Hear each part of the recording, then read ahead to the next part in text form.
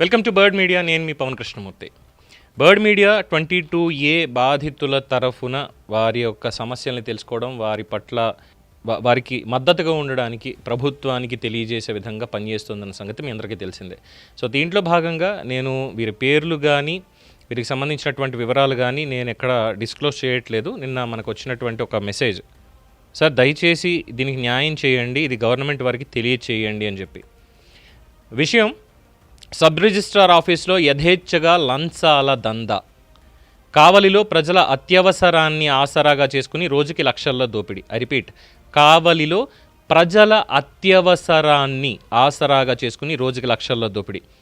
గౌరవనీయులైన సార్, ప్రభుత్వ నిబంధనలకి విరుద్ధంగా కావలి సబ్ రిజిస్ట్రార్ కార్యాలయంలో సామాన్యులను పీల్చి పిప్పి చేస్తున్న ఒక అతిపెద్ద అవినీతి నెట్వర్క్ను మీ దృష్టికి తీసుకొస్తున్నాము. కావలి పరిధిలో వెంగళరావు నగర్ ప్రాంతంలో 2023లో సరైన టైటిల్ పత్రాలు, 5 లింకు డాక్యుమెంట్లను ఉన్న ప్లాట్లని, ఇళ్లని వందలాది మధ్యతరగతి కుటుంబాలు కొనుగోలు చేశాయి.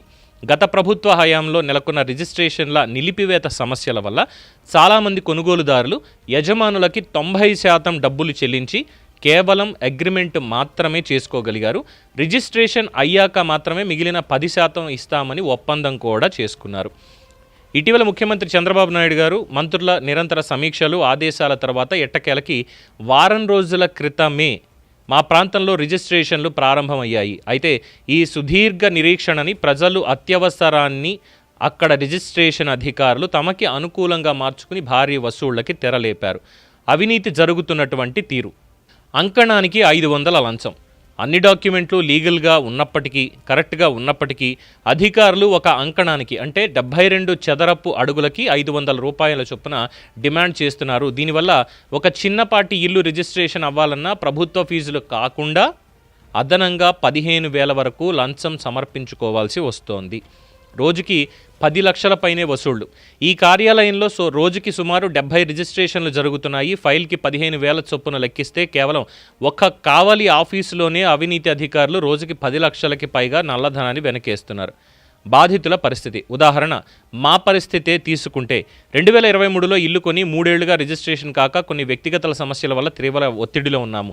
ఇప్పుడు రిజిస్ట్రేషన్లు ఓపెన్ అవ్వడంతో తప్పనిసరి పరిస్థితుల్లో ఆ లంచం డబ్బులు కట్టాల్సి వచ్చింది. మాలాగే ఎంతోమంది మధ్యతరగతి ప్రజలు గత్యంతరం లేక ఈ దోపిడీకి బలవుతున్నారు.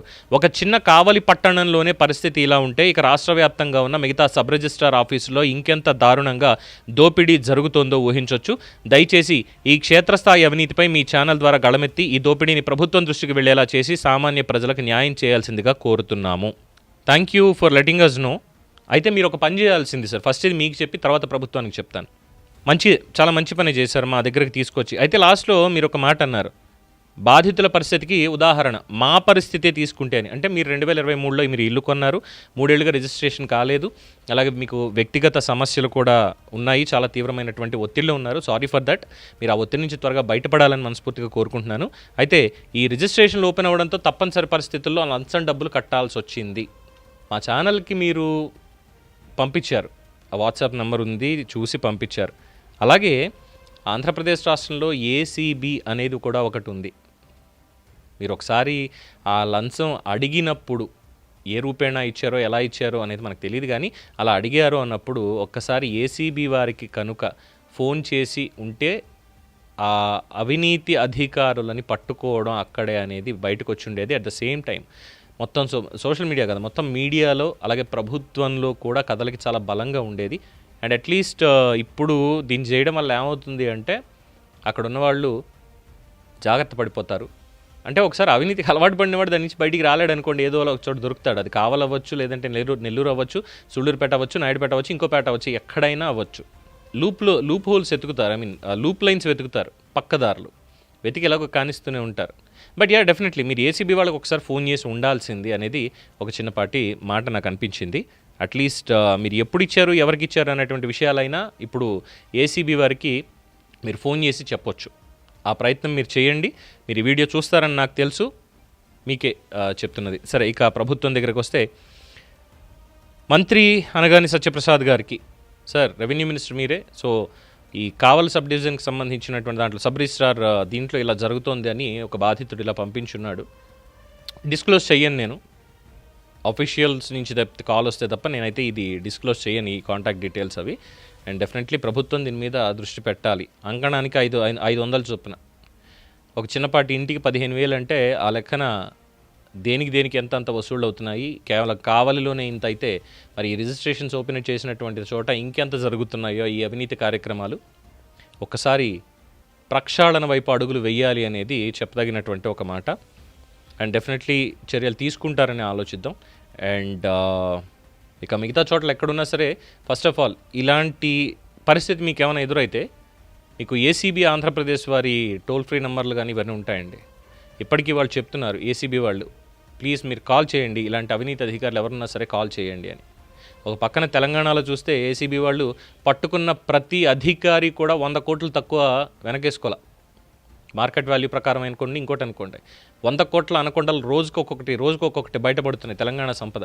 మరి ఆంధ్రప్రదేశ్ సంపద ఏసీబీ వారికి ఈ విధంగా కనిపించట్లేదా అన్నటువంటి అనుమానం కూడా వస్తుంది. లేదు ఏసీబీ వారికి ఇలాంటివి మీరెవరు ఫిర్యాదు చేయట్లేదా అని కూడా పబ్లిక్ మీద ఒక అనుమానం వస్తుంది. సో దయచేసి ఏసీబీ వారిని ఉపయోగించుకోండి. అవినీతిని ఎండగట్టాలి అంటే ఖచ్చితంగా మీ సహకారం కూడా కావాలి. మీకు అర్జెంటుగా పని అయిపోవాలి అనే దానికి కక్కుర్తిపడి వాడు ఎంతో అడిగాడులే పోతే పోయిందిలో 10,000 అని చెప్పి మీరు ఇక్కడ చేస్తే రేపొద్దున ఆ 10,000 తీసుకున్నవాడు ఇంకొకటి దగ్గర 10 లక్షలు తీసుకుంటాడు. ఆ అవినీతి అలా పెరిగిపోతూనే ఉంటుంది, మళ్ళీ మీకే దెబ్బ పడుతుంది. అది ఒక్కసారి అది దయచేసి ఆలోచించి నిర్ణయం తీసుకోవాల్సిందిగా ప్రజలకు కూడా మనవి. అలాగే అధికారులకి కూడా మీరు సంపాదించేది మీకు సరిపోకపోతే పత్యాపారాలు చేసుకొని బయటికి వెళ్ళి ప్రజల దగ్గర నుంచి లంచాలు తీసుకొని పనిచేయడాలు, వాళ్ళ దగ్గర నుంచి ఇచ్చేయడాలు విచ్ ఇస్ నాట్ కరెక్ట్. ముఖ్యమంత్రి వర్యులు చంద్రబాబు నాయుడు గారు దీని మీద దృష్టి పెట్టాలని చెప్పి మనవి. దీని మీద మీ అభిప్రాయం తెలియచేయండి. చూస్తూనే ఉండండి ది బర్డ్ మీడియా. ఈ వీడియో మీకు నచ్చినట్లయితే లైక్ చేయండి, షేర్ చేయండి, సబ్స్క్రైబ్ చేయండి. మరిన్ని అప్డేట్ల కోసం మా వాట్సాప్ ఛానల్ను ఫాలో చేయండి.